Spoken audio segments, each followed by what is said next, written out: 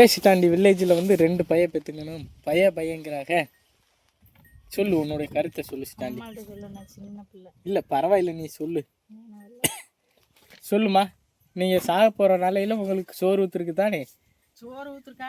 ஆமா அதுக்கு தேடிங்க பய வேணுங்கிறது. சோறு ஊத்துருக்கா பக்க கிடையாது.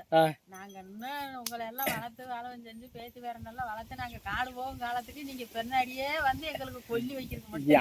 ஏன் இந்த பிள்ளையெல்லாம் கொல்லி வைக்காதா? ஏஸ்டா நீ கொல்லி வச்சா அது ஆத்மா சாந்தி அடையாதா? அடையாதாம்மா. சுத்தியோட சொன்னா கொண்டு வந்துருவாங்க எங்களையே.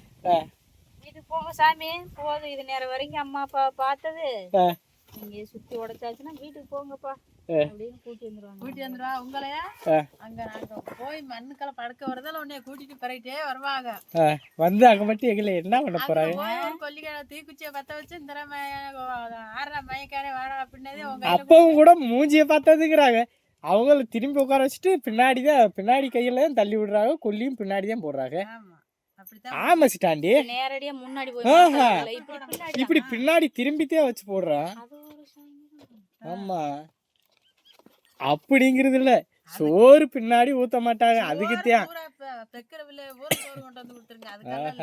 ஒரே காரணத்துக்கு தான் உங்களை நாங்க அழுது வைத்து வர வாங்கி பெத்து அழுது வைத்து ஒன்னும் செஞ்சுட்டீங்கன்னா அவ்வளவுதான் சொல்லி முடிச்சு.